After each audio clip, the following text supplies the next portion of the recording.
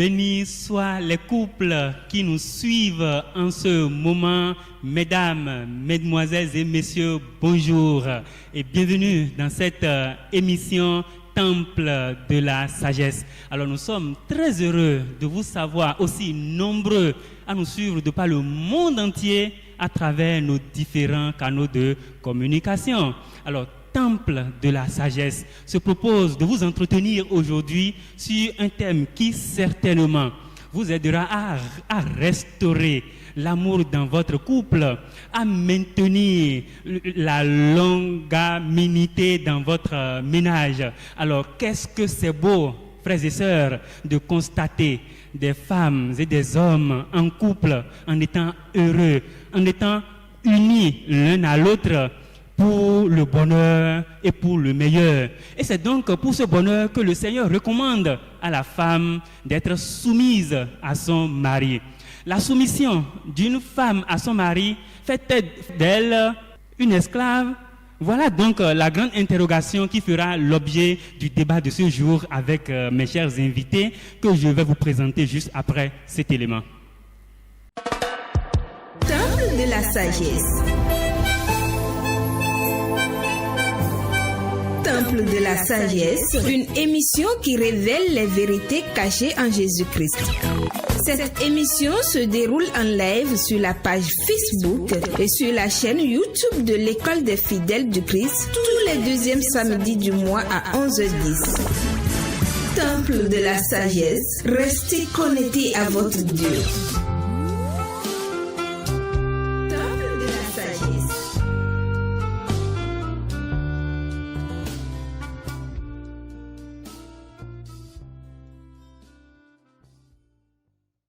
La soumission de la femme fait-elle d'elle une esclave à son mari? C'est donc cette grande interrogation qui fera l'objet du débat de ce jour, comme je l'ai annoncé dans mon introduction. Et déjà, j'ai ici présent sur ce plateau mes invités et que je vais vous présenter affectueusement. Bonjour maman. Bonjour. Nous pouvons vous connaître? Oui, c'est madame Kamavo Marceline, née à Sokba. Nous vous souhaitons la bienvenue dans cette émission. Merci beaucoup. À ma droite, j'ai une charmante dame. On peut vous connaître? Bonjour, monsieur. Bonjour, maman. Je réponds au nom de Belinda Humassé, épouse à Ronan. Merci beaucoup. Nous vous souhaitons la bienvenue sur cette émission. Alors, la toute première question que j'ai à poser s'adresse directement à madame Belinda. Oui. Dites-moi, quand parle-t-on de l'esclavage ou bien quand est-ce qu'on dit que quelqu'un est esclave selon vous? L'esclavage, c'est souffrir sous la domination de maître. Très bien. Donc l'esclave n'a pas de mots à dire sur les instructions, les ordres que lui donne son maître. Donc il subit. Il ne réfléchit pas, au fait. Il exécute. Il n'a pas de droit de décision. Il n'a pas de droit de décision, ni d'avis, ni de conseil à donner. C'est ça l'esclave. On fait tout en son nom. En son nom, pour lui. Pour lui. Il ne décide que ça pas, aille dans son intérêt ou pas, on s'en fiche. Et on s'en fiche. Merci. Et l'insoumission de sa part peut entraîner des sanctions. Des sanctions. C'est ça un esclave. Merci beaucoup. Alors je vais poser la question à maman Kemavo. Selon vous, c'est quoi la soumission? La soumission, de façon générale, la soumission traduit que il faut se mettre au service de quelqu'un. Mais lorsqu'on entre dans un couple, on demande à la femme, et c'est la volonté de Dieu, de se soumettre à son mari, de respecter les ordres de son mari, lui obéir, le servir. Voilà ce que j'entends par soumission. Merci beaucoup, maman. Oui. Je profite en même temps pour vous demander, madame Aronon, c'est quoi, selon vous, la différence entre la soumission et l'esclavage ou bien et l'esclave? Il y a une grande différence entre la soumission et l'esclavage, pardon. Parce que j'ai dit tout à l'heure que l'esclave n'a pas de décision, n'a pas d'avis à donner, n'a pas de conseil à donner, il exécute, point. Et il peut avoir des sanctions. Par contre, la soumission, c'est le respect de quelque chose. C'est être soumis, c'est respecter, obéir. Mais il n'y a pas de sanction parce que celui à qui on doit la soumission n'est pas un maître, par exemple. Il n'est pas quelqu'un qui donne, qui punit. Donc, on lui doit respect, on peut le conseiller. Quand il donne, il soumet un problème, il peut soumettre un problème et attendre des conseils et des avis, c'est-à-dire ce n'est pas à sens unique, comme on dit. Il y a...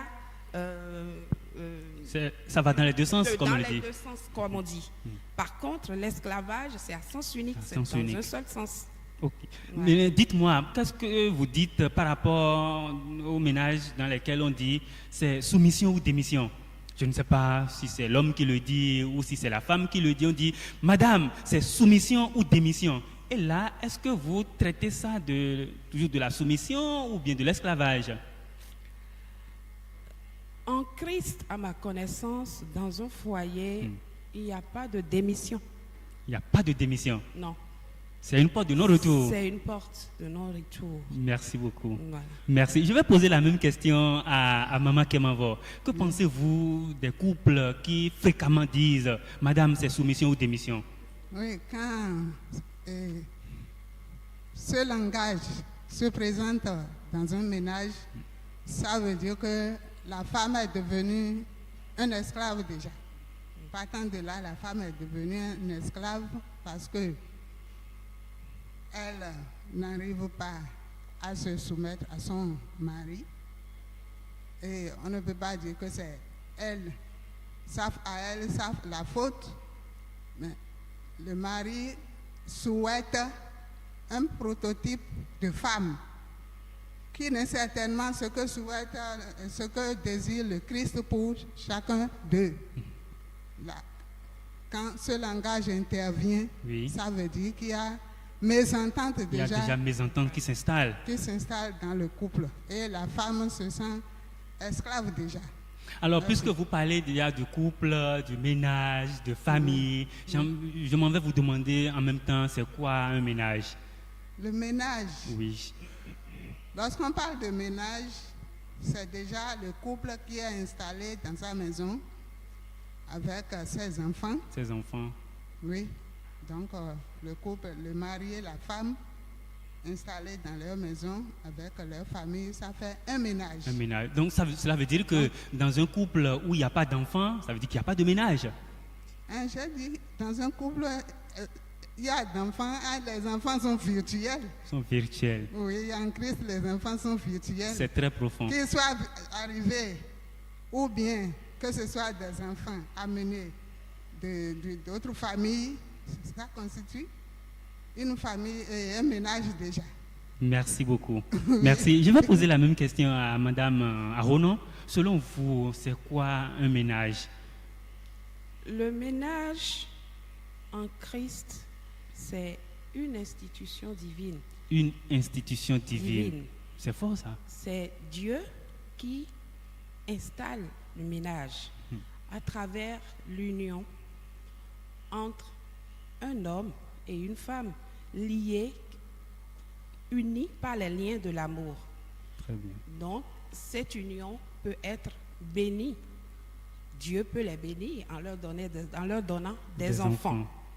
Donc, dans le ménage règne une certaine hiérarchie parce que c'est institué. Oui, avant d'aller là, je voudrais vous demander, ça veut dire que dans un couple où il y a peut-être pas d'enfants, Est-ce qu'on peut les traiter de ménage? C'est un ménage. C'est déjà un ménage. J'ai dit que les enfants sont des bénédictions. C'est des bénédictions. C'est le fruit de leur entraille, en fait. C'est le fruit de leur entente. Merci. Ouais. Merci. Et profitez pour nous dire c'est quoi une famille alors? Une famille est plus étendue qu'un Un ménage. ménage. Une famille peut regrouper plusieurs ménages. Dans une famille telle, on peut parler par exemple de famille chrétienne, telle à l'UFC. Bien sûr. L'UFC est composé de plusieurs ménages, par exemple. Bien Voilà. sûr. C'est ce que je pense. Merci beaucoup. Alors, nous allons rentrer dans le vif de ce débat. Je voudrais vous demander, selon vous, Maman Kemavo, Oui. c'est quoi le rôle d'un mari au foyer? Merci. Le rôle d'un mari au foyer. Il a reçu pour mission d'aimer sa femme. D'aimer sa femme? Oui. Mais cela veut dire qu'il n'avait pas aimé sa femme avant de l'épouser?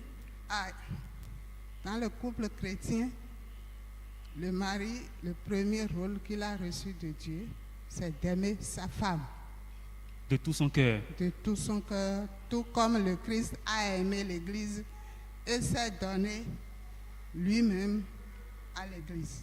Très bien. Donc, voilà. Cela vous a dit que le mari doit être apte à se sacrifier à sa femme à l'image du Christ? Oui, c'est lui qui donne la direction, la ligne de conduite à respecter dans le foyer. C'est lui qui donne. Et à la femme de se soumettre, d'écouter cette direction et commencer par s'exécuter et dans un ménage.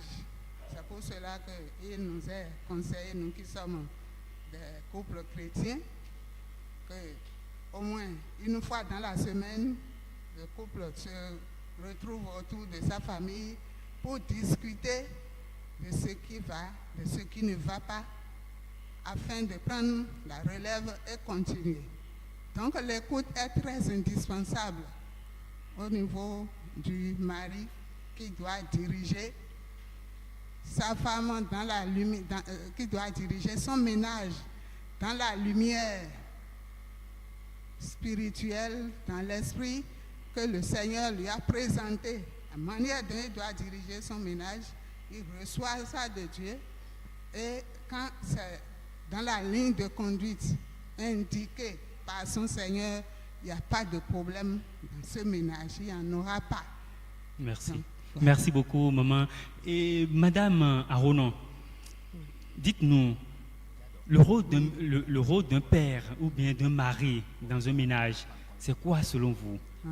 Est-ce que lorsque un mari se fait face à une femme capricieuse, est-ce qu'il est obligatoire pour lui d'être, en tout cas d'aimer cette femme? Pour compléter, Maman Kemavo, Oui. je dirais que le mari est le chef du foyer. Le chef du foyer. Le chef du foyer. Donc ça lui donne l'autorité Et de l'autorité décider, de décider, même de traiter parce comme qu'il- esclave son Non. épouse, c'est ça? Non. Il représente pour la femme Dieu dans le foyer. Merci. Et dans ce sens, il est un enseignant pour la femme. Il est le conducteur du foyer et il est l'enseignant de la femme. Il doit pourvoir conjointement avec sa femme aux besoins de la famille, Aux besoins aux matériels. besoins matériels et tout. Il a le devoir aussi de satisfaire sa femme charnellement et sentimentalement. Sentimentalement. Tout ça, Ça veut dire englobe. qu'à l'orée de la rentrée, le mari a l'obligation de payer des fournitures scolaires à ses enfants? Obligation, j'ai dit tout à l'heure conjointement, Conjointement. Avec sa femme. Parfait. Conjointement avec sa femme. Merci. Ouais. Et puis, dans un ménage où l'homme fuit ses responsabilités, est-ce que c'est une raison pour la femme de ne pas être soumise à ce mari-là? Pas du tout.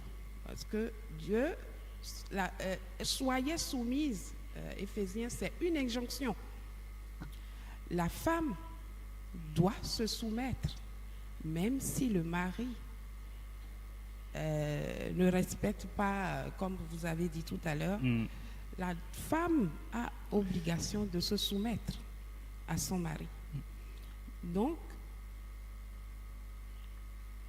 en faisant ça, parce que c'est une tentation, quand cela arrive, c'est un peu comme une tentation dans le foyer. Et c'est dans la soumission, comme le dit le Seigneur, qu'on peut arriver à une solution à ce problème. Parce que la femme doit prier. Et pour prier devant l'Éternel, il faut que tu sois en conformité, en phase avec ton Seigneur. Bien sûr. Et quand cela arrive et que tu t'énerves, donc la femme n'a pas le droit de s'énerver. Parce que dès que tu t'énerves, tu crées un blocage à ta prière. Tu as dit, tu te cramponnes, tu restes sur ta position et un peu comme pour dire, bon, on verra, advienne que pourra. Et ça, en Christ, ce n'est pas bien. Ce n'est pas bien. Parce que c'est dans la soumission, dans le respect à ton mari, que Dieu entendra toi, ta prière. Voilà. Donc, parce que Dieu dit dans 1 Pierre 3, verset 1er, si on peut dire, que c'est nous, par rapport au comportement que nous avons. Sinon, si vous le permettez, on peut vous lire le passage rapidement. Oui. 1 Pierre 3, verset 1er. Femmes, soyez de même soumises à vos maris, afin que si quelques-uns n'obéissent point à la parole, ils soient gagnés sans parole par la conduite de leurs femmes. Donc, en comprenant ce passage, c'est même quand le mari ne joue pas, tu trouves que son rôle est un peu taché, c'est dans ta soumission, toi, tu es encore soumis. Tu es encore plus aimante. Et dès que tu te mets dans cette position, Dieu entend ta prière, au fait. Et en verrant ton comportement, en voyant ton comportement, le mari aussi peut changer de comportement. Alors, parce que le changement, ce n'est pas lui qui se le fait, c'est Dieu. C'est Dieu même qui le fait. Alors, le problème se pose surtout dans les couples où la femme a plus de revenus mensuels ou je ne sais quoi, plus que l'homme. Et donc, un réel problème d'insoumission se pose dans ces gens de ménage. Qu'est-ce que vous avez à dire à ces femmes qui, à cause de leurs revenus, manquent cruellement de respect ou manquent de soumission à leur mari? La femme n'a pas plus de revenus que l'homme. C'est le revenu du foyer. Ah, c'est le revenu du foyer. Du foyer. Parce que l'homme, c'est pour ça, l'homme est le conducteur du foyer. Et il doit agir dans l'intérêt commun du foyer. C'est-à-dire, il faut voir le foyer. C'est le foyer. Si que la femme soit riche et que le mari soit plus riche que la femme, comme on dit, c'est le revenu du foyer. Donc, si je comprends bien, dans un couple chrétien, on doit fédérer les efforts. Fédérer les efforts. C'est ensemble qu'on est fort. Parce que Dieu, en regardant le foyer, ne voit qu'une seule personne. Ne doit voir qu'une seule personne, pas deux. Merci beaucoup. Alors, je vais poser la même question à maman.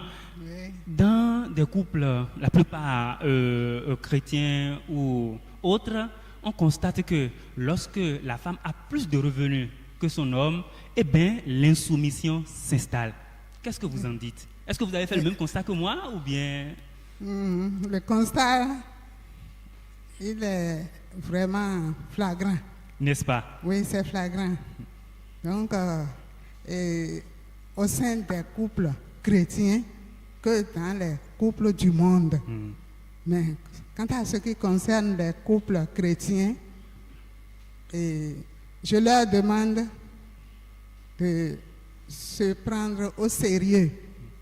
Parce que une fois que je suis chrétienne, ça implique des choses.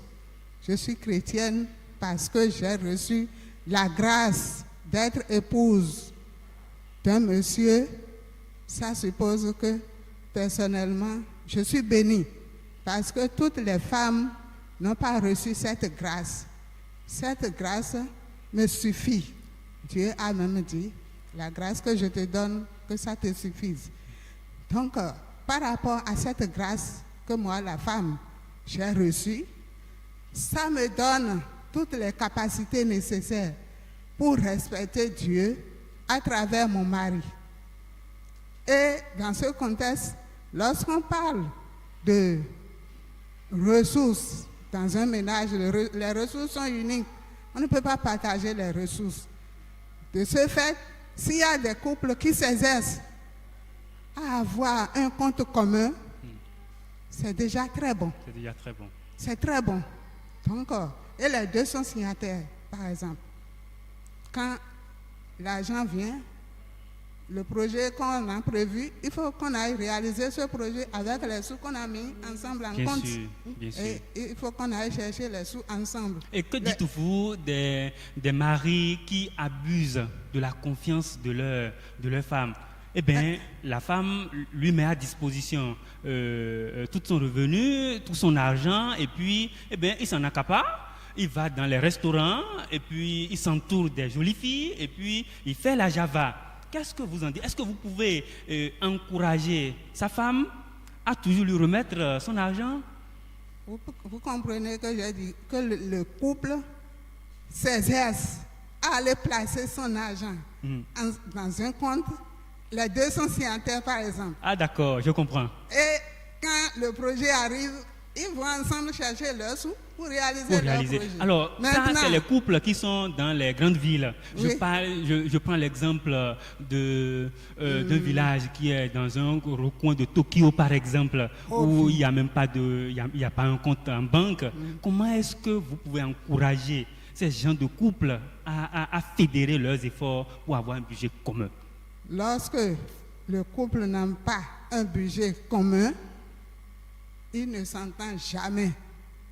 Donc, mes femmes, mes sœurs, n'ont qu'à comprendre que l'expérience prouve que lorsque le couple a son budget qui est commun, que le mari saute, qu'il monte sur les toits, il va revenir un jour. Merci beaucoup. Que le mari saute. Avec les conseils que la femme reçoit de ses aînés, il va revenir un jour. Merci beaucoup, maman. Merci beaucoup, maman Kemanvo. Alors, je vais poser une question à travers le livre de Éphésiens chapitre 5, verset 22, où on recommande à la femme d'être soumise à son mari.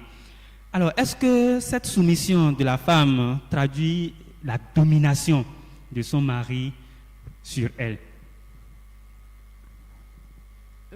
La soumission de la femme n'est pas une domination sans partage de l'homme. La Bible ne dit pas ça. Donc, parce que la Bible dit au mari ou à l'homme d'avoir des rapports de sagesse avec leur femme. Parce que la femme a un sexe faible. Et vu que l'homme est déjà le chef de foyer, il ne faut pas qu'il tue les talents que Dieu a mis dans la femme. Parce qu'en épousant une femme, vous voyez que c'est parce que vous avez vu des talents en elle. C'est-à-dire vous vous associez à elle pour avancer. Donc, une domination sans partage crée la peur, la crainte au niveau du partenaire, de la partenaire. Et là où il y a la peur, là où il y a la crainte, il n'y a plus l'amour. Il n'y a plus l'amour. L'amour va fuir. Et c'est en cela que la domination sans partage est dangereuse. Elle est dangereuse parce que tu n'auras pas une femme soumise, mais une femme plutôt silencieuse. Et ce n'est pas pareil. Ce n'est pas pareil. La femme silencieuse, c'est celle elle n'est plus une conseillère, elle n'est plus une aide en quelque sorte, parce qu'elle ne te soutient plus dans tes projets. elle ne conduit plus le foyer avec toi. Elle ne accepte contribue tout, plus. Elle ne contribue plus. Exactement. Tout ce que tu amènes, elle te dira oui. Tu peux le faire, tu es le chef de foyer. Béni oui, Avance. oui. Béni oui, oui, comme on dit. Donc, c'est ce que entraîne une domination sans partage. Et aucun homme n'aimerait, c'est quand même dommage de ne pas profiter de sa femme, dans un couple. Ça dit, il n'y a plus le bonheur. Le couple n'est pas épanoui. Et tout ce que le désir que ça dit, ce n'est même plus un désir que l'homme a, c'est-à-dire domination sans partage, c'est que je exécute ce que je dis, et puis c'est je suis le chef de foyer. Très bien. Et ça s'arrête là. Ça, ce n'est pas bon. Merci. Alors, Maman Kemavo, Oui. que dites-vous des hommes qui profitent de cette recommandation que Dieu a faite aux femmes pour dire « Femmes, soyez soumises à vos maris » et donc des hommes qui profitent de cette déclaration pour dominer leurs femmes et vont jusqu'à les battre, les violenter, les violer. Qu'est-ce que vous en dites? Merci. Et les hommes qui se comportent de cette manière-là, ils ne sont plus en Christ, qu'ils comprennent. S'ils sont des chrétiens, qu'ils comprennent qu'ils ne sont plus en Christ. Donc, ils profitent exagérément de leurs femmes pour faire quoi? Ils vont faire quoi avec l'argent? Donc, ils ne respectent plus ainsi la volonté de Dieu qui leur est indiquée de soutenir leurs femmes, de leur assurer le minimum qu'il faut. Ils ne sont plus dans ce schéma. S'ils ne sont plus dans ce schéma, la voix de Dieu ne tombe plus dans le ménage. Dans ces conditions, ça devient un ménage à volo. Donc, la femme n'a plus de boussole. Dans ces conditions, elle va trop souffrir, mais qu'elle fasse attention. On lui a indiqué de ne pas refuser son mari. Elle n'a qu'à lire les choses dans 1 Corinthiens 7. Il lui a interdit de refuser son mari. Parce que lorsqu'elle se soumet à la direction du mari et que le mari se comporte de cette manière, il y a une voix de Dieu qui lui dit: soumets-toi à ton mari, quel que soit ce qu'il est. Quelle que soit sa nature. Quelle que soit sa nature. Et dans cette voie-là, elle voit le Christ qui lui vient au secours pour lui donner les armes nécessaires. Ces armes, il y a la vérité,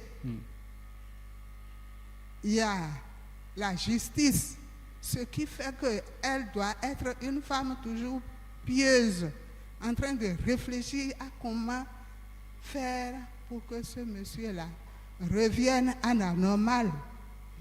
Et Dieu est capable. Merci beaucoup. Alors, vous avez commencé à répondre à l'une de mes préoccupations. Je vais poser la dite préoccupation à Madame Arono. Selon vous, quelle est l'explication spirituelle, purement spirituelle, qu'on peut donner à la soumission de la femme? La soumission, c'est une marque distinctive de la femme chrétienne. Très bien. Donc, Dieu, cela m'amène à dire ce qu'on a dit tout à l'heure, ce qu'est la soumission et ce qu'elle n'est pas. Dieu veut montrer le volet spirituel de cette injonction en ordonnant que la femme soit soumise. Parce que le chrétien est chrétien partout. Partout. Dans le foyer, partout où il se trouve. Et le chrétien n'a pas de vie. Donc, quand Dieu dit soumettez-vous à votre mari, il vous dit de vous mettre sous la mission de votre mari. C'est soumettre à son mari, c'est être sous sa mission. Sous sa mission. Être une aide convenable, une conseillère, comme le dit la Bible, une aide convenable, c'est-à-dire la femme vertueuse, cette femme qui est une couronne à son mari. Pour son mari. Merci beaucoup. Ouais. Alors, on entend dire que la soumission a 3 différentes branches. À moins que je ne me trompe, vous pouvez nous rappeler ces 3 branches? Oui, la femme doit respect à son mari. respect dans la direction que le mari a donnée au ménage. Elle doit s'efforcer de respecter les consignes que son mari lui indique. Vous voyez? Elle doit obéissance à son mari. Obéissance. Obéissance. Parce que ce n'est pas tout le monde qui arrive à obéir à ce que le mari conseille. Elle doit servir son mari. Le service, ça veut dire que à l'heure du manger, par exemple, il faut connaître l'heure du manger. Matin, midi et soir, il y a une heure pour manger. Aussi, il y a... Une petite parenthèse, hein, qu'est-ce que vous dites par rapport à celui-là, un homme qui se fâche et qui refuse de manger, il refuse le repas de sa femme, empêchant ainsi à la femme de faire convenablement son travail. Là, c'est le pardon qui s'impose. Le pardon s'impose. Parce que si mon mari refuse de manger, c'est qu'il me reproche quelque chose. Certainement. Je dois m'agenouiller, lui demander pardon, l'embrasser. Tout cela fait partie de la soumission. Chercher à comprendre qu'il ne va pas chez moi et qu'il va jusqu'à refuser mon repas. C'est ça. Ouais. Ce n'est pas une occasion pour dire, oh, si tu ne manges pas, tant pis pour toi. Je vais m'occuper des enfants. La femme sage ne doit jamais se comporter ainsi. Une femme soumise ne doit jamais se comporter ainsi. Voilà. Merci. Et il y a aussi le service au plan sexuel. Il faut que la femme se rende disponible. Se rende belle aussi. Elle se rende belle. Très bien. Pour son mari. Donc, si elle se rend belle, elle est ainsi disponible pour son mari à tout point de vue. Et cette disponibilité existe chez les femmes chrétiennes. Et ça les rend aussi belles auprès de leurs femmes. Elles ont compris. Hein. Merci. Merci. Merci beaucoup. Alors, Madame Aronon, vous venez d'entendre Maman Kemavo nous dire les 3 branches qui existent de la soumission. Vous avez quelque chose à compléter ou bien vous avez un commentaire à faire par rapport à ça? Oui, je vais dire, en plus de ce que Maman Kemavo a dit, que la femme soumise doit être éveillée. Éveillée. Parce qu'il faut être éveillé pour savoir que quand mon mari ne mange pas mon repas, c'est que je dois tout faire pour savoir qu'est-ce qui n'a pas marché à mon niveau. Très bien. Il faut être éveillé d'esprit. Donc, ce n'est pas une femme qui pleurniche qui suit son sort. Elle a dit, c'est la femme qui se bat pour son foyer, pour les relations, qui se bat pour une bonne relation entre son mari et elle. Donc, elle doit tout faire. Elle doit être éveillée en esprit et savoir, quelles que soient les difficultés, commencer à se remettre en cause. Qu'est-ce que j'ai fait? Seigneur, se retourner vers son Dieu et lui dire, ah, voilà la situation qui s'impose à moi. Dieu lui répond toujours. Et elle se dit, est-ce que j'ai fait quelque chose de mal? Elle commence d'abord à se remettre en cause, à voir s'il y a quelque chose qui n'a pas marché à son niveau à elle, avant de se retourner vers son mari et lui demander des explications. Merci, merci beaucoup. Merci à vous aussi, chers internautes, pour l'écoute. À présent, nous allons ouvrir la rubrique micro-trottoir pour recueillir l'avis des uns et des autres et puis vous revenir sur ce plateau. Merci. Temple de la sagesse.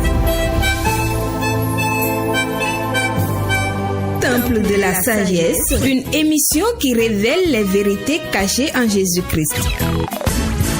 Temple de la sagesse, restez connectés à votre Dieu.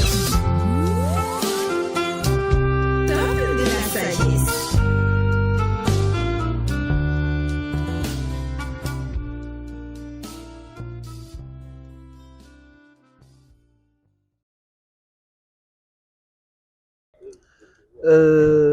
La soumission, donc la quintessence même de la question, c'est la soumission de la femme. Et vous demandez si ça fait de la femme qui se soumet à son mari si ça fait d'elle une esclave. Une femme qui est déjà dans un foyer, cette femme doit écouter cette parole en tant que la parole de Dieu.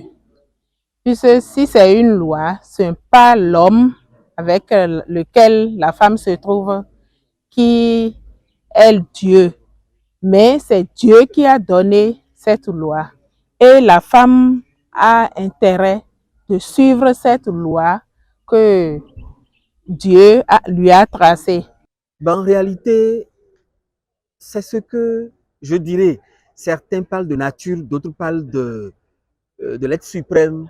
C'est ce que la créature, ou tout simplement Dieu, a voulu mettre sur la femme. Qu'est-ce que je veux dire par là? Vous savez, quand quelqu'un fabrique une moto, une voiture, il met dessus la notice, le manuel de l'utilisateur. Une personne qui naît et que tout le monde découvre que c'est une femme, une fille, va devenir femme si elle grandit. Elle va devenir l'épouse de quelqu'un. Et on s'entend que si la femme se soumet à son mari, c'est un peu perçu comme si elle devient la marionnette de ce monsieur. Mais en réalité, c'est la mise en application. Si elle le fait, elle met en application le manuel de l'utilisateur du produit fabriqué qu'elle-même elle constitue en fait. Donc, il est important de comprendre que la femme a besoin, je dis bien a besoin, de se soumettre à son mari pour obtenir la couverture de cet homme parce qu'elle a besoin d'être rassurée. Il n'est point question d'une vie d'esclavage parce que si nous allons nous référer à la Bible, quand Dieu a fait tomber l'homme dans un profond sommeil, il lui a pris une côte et referma la chair à sa place. Avec cette côte, le Seigneur fit une femme et la conduisit à l'homme. En la voyant, celui-ci s'écria, « Ah, cette fois-ci, c'est un autre moi-même qui tient de moi par toutes les fibres de son corps. On la nommera compagne de l'homme, car c'est de son compagne qu'elle fut tirée. » Donc la femme fut tirée de l'homme. Est-ce que vous voyez? Donc ces racines, toutes ces profondeurs, son origine vient de l'homme. Si bien que Adam n'a pas enfanté, n'a pas accouché Ève. Donc la femme est la moitié, c'est-à-dire la femme est tirée de l'homme. Temple de la sagesse. Temple de la sagesse, une émission qui révèle les vérités cachées en Jésus-Christ. Temple de la sagesse, restez connectés à votre Dieu. Temple de la sagesse. Alors, merci. Nous venons de suivre le micro-trottoir. La femme a besoin de son mari pour avancer dans ses projets. Maman Kemava, vous partagez le même avis que cet internaute? Oui. La femme a vraiment besoin de son mari? Oui, elle a besoin de son mari, À tout point de vue. À tout point de vue. Oui, toujours. Et pour les femmes qui disent, moi je n'ai pas besoin de mari avant d'avancer dans ma vie. Oui, Et la belle preuve est qu'elles ne vivent sous aucun toit de mari. C'est un mensonge. C'est un mensonge. C'est un mensonge. Il faut nécessairement que la femme Se soumette à un monsieur qui respecte la voix de Dieu. C'est pour cela que nous invitons nos sœurs, nos filles à suivre la voie chrétienne. Parce que moi, j'ai eu à traverser les deux mondes. Les deux mondes. Oui, le premier monde. Et ce n'est pas quelque chose. Alors, je vais revenir tout à l'heure à vous. Maman Aronon, oui. Quel est votre avis par rapport à ce que nous venons de suivre? Bon, le micro-trottoir n'a fait que Confirmer. confirmer ce que nous disons jusque-là. Parce que la femme a besoin de la protection de son mari, de la couverture, de son amour. Parce que la soumission, ce n'est pas un acte de faiblesse. Ah oui, C'est un acte d'amour, n'est-ce pas? comme l'amour qu'on porte à Christ. Parce qu'on le fait délibérément. C'est sans aucune contrainte. Donc, la soumission est un acte d'amour. Donc, la femme, en se soumettant, attend le retour au fait. C'est parce que la femme attend de l'amour de son conjoint. Alors, que dites des femmes célibataires, par exemple, qui décident délibérément de ne pas se marier à un homme, Bon, la femme, mais qui réussissent quand même, visiblement? visiblement, vous avez dit, Bien sûr. les femmes célibataires, bon, ça c'est leur point de vue, mais moi, j'ai pas envie d'être célibataire. En tout Ah cas. oui? Non. Mais vous avez Non. été célibataire, vous êtes actuellement en couple. Dites-nous, comment vous vous sentez vous-même personnellement dans votre vie de couple? Vous êtes heureuse ou bien vous êtes malheureuse? Je suis heureuse. Si j'étais pas heureuse, j'allais même pas me retrouver sur ce plateau Bien d'ailleurs. sûr. Je suis heureuse parce que je me sens, Dieu m'a accroché à quelqu'un À quelqu'un. qui a reçu son autorité. au Et fait. vous sentez en lui qu'il il n'abuse pas de votre Il n'abuse soumission? pas, non. Même ce matin, c'est lui qui m'a amené ici. Ah, Et merci. donc, Merci à monsieur Je Arono. le remercie. Merci. J'ai encore pas de- Alors, je vais poser la même question à maman Kemavo. Oui. Selon vous, une femme soumise est vraiment heureuse? Une femme soumise en Christ est heureuse, La plus heureuse d'ailleurs. la plus heureuse, parce que elle n'est pas souffrante comme les autres naturellement. Elle ne se plaint pas. Elle ne se plaint pas. Elle est épanouie. Elle ne se plaint pas. Par contre, ces sœurs du monde, à tout point de vue, se plaignent et viennent se plaindre à elle. Et lui demandent qu'est-ce qu'il faut faire. C'est l'occasion de leur dire, suis-moi. On verra ce que Dieu fera de nous. De nous. Alors, il y a une question fondamentale que j'aimerais vous poser dans ce débat. Oui. Quelle arme ou d'où est-ce que vous autres, vous puisez votre force? Quand vous parlez de Christ, mais vous puisez votre force d'où pour pouvoir être soumise à votre mari jusqu'à maintenant? Dans Éphésiens 36, partant du verset 24, excusez-moi, Oui. C'est Ézéchiel 36, Ézéchiel 36, verset verset 24. 24. Ah, c'est de là que vous puisez Je votre puise force. ma force de là. Je vous donnerai un esprit nouveau. Je vous rendrai capable d'obéir à mes commandements et à mes lois. J'ai puisé ma force de là. Et ça a été accompli en Jean chapitre 19, verset 34. Le Christ a été à la croix comme prévu, comme Dieu l'a prévu dans Ézéchiel. Et on m'a demandé, le Christ m'a demandé d'obéir à mon mari. Je puise ma force de là. Et partant de là, il y a l'esprit qui me vivifie, m'encourage et me dit, ah, madame, tu es dans un ménage à plusieurs femmes. Dans ces conditions, aime l'autre.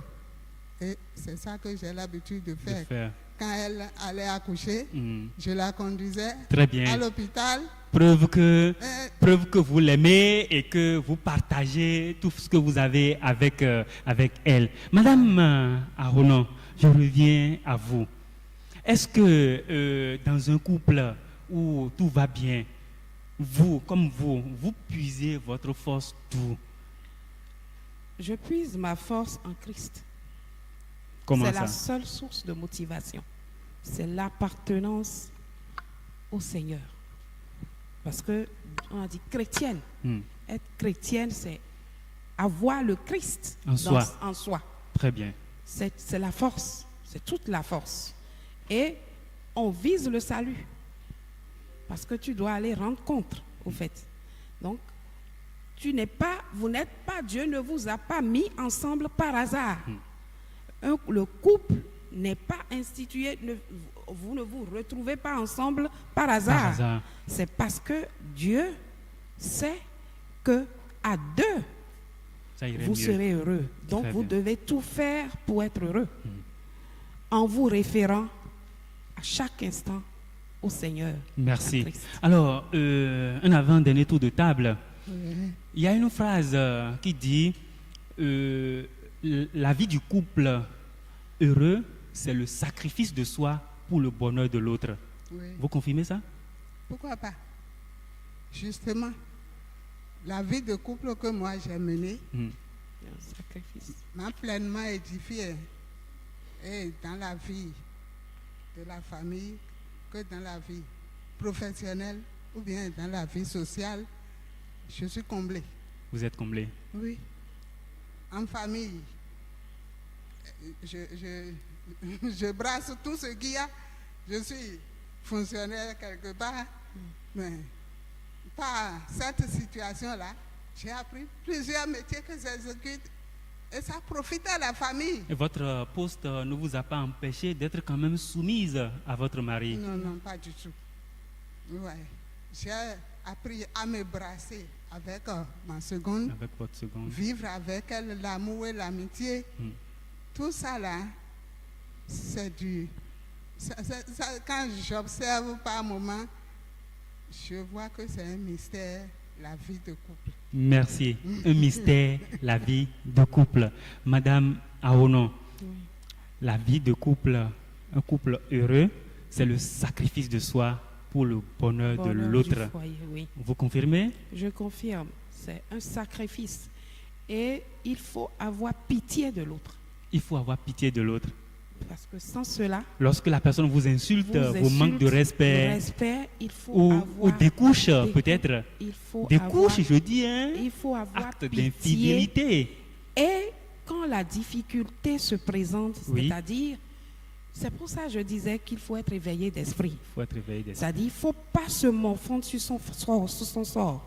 Quand mon mari découche, je me remets d'abord en cause. Et ensuite, si je trouve que vraiment, c'est-à-dire, j'accomplis mon rôle de femme comme il se doit, je peux me référer à quelqu'un, Ok. à un aîné À un qui a aîné. plus d'expérience que moi, Pour vous ressourcer, pour me ressourcer. bien sûr, Ah, mon mari se comporte de telle de telle manière. manière. Aidez-moi à la mener À la ou raison. à la raison. Très bien. Comment je dois faire pour qu'il change. Et en plus de ça, se référer à Dieu, parce que lui, il a la possibilité de le De changer. changer. Merci. Et- Dieu a la possibilité de le changer. Un dernier tour de table. Regardez droit dans la caméra. Dites à Monsieur Kemavo tout ce que vous sentez en lui. Dites-lui toute votre reconnaissance et promettez-lui, engagez-vous devant la caméra à lui être soumise le reste de votre vie. C'est possible? Et Monsieur Kamavo, s'il est dans la salle, je le remercie beaucoup pour m'avoir conduit dans la voie du Christ. Et c'est mon amour. Et je lui demande, après 40 ans de vie commune, ce n'est pas donné à tout le monde, qu'il soit capable de me mouler jusqu'à que je sois devenu ce que je suis à cette heure-ci. Je rends grâce à l'Éternel et je remercie M. Kamavo pour la continuité de notre vie.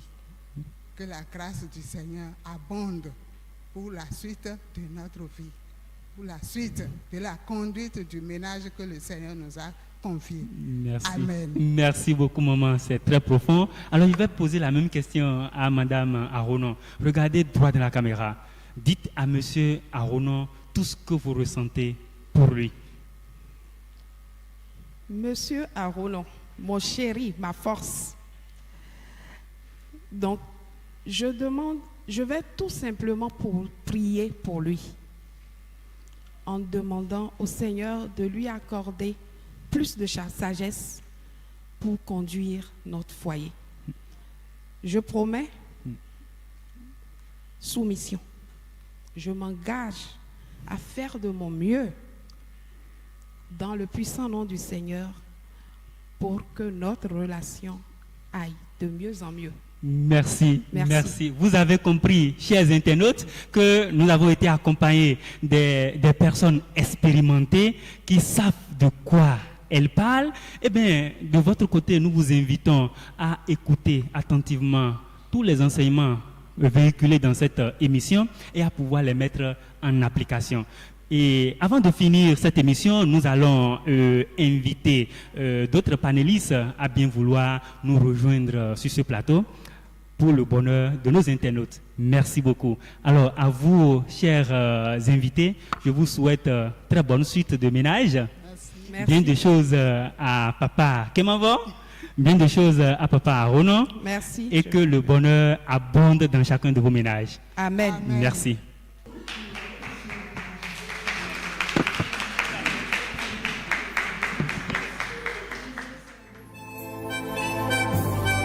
Temple de la sagesse, une émission qui révèle les vérités cachées en Jésus-Christ. Cette émission se déroule en live sur la page Facebook et sur la chaîne YouTube de l'École des fidèles du Christ tous les deuxièmes samedis du mois à 11h10. Temple de la sagesse, restez connectés à votre Dieu.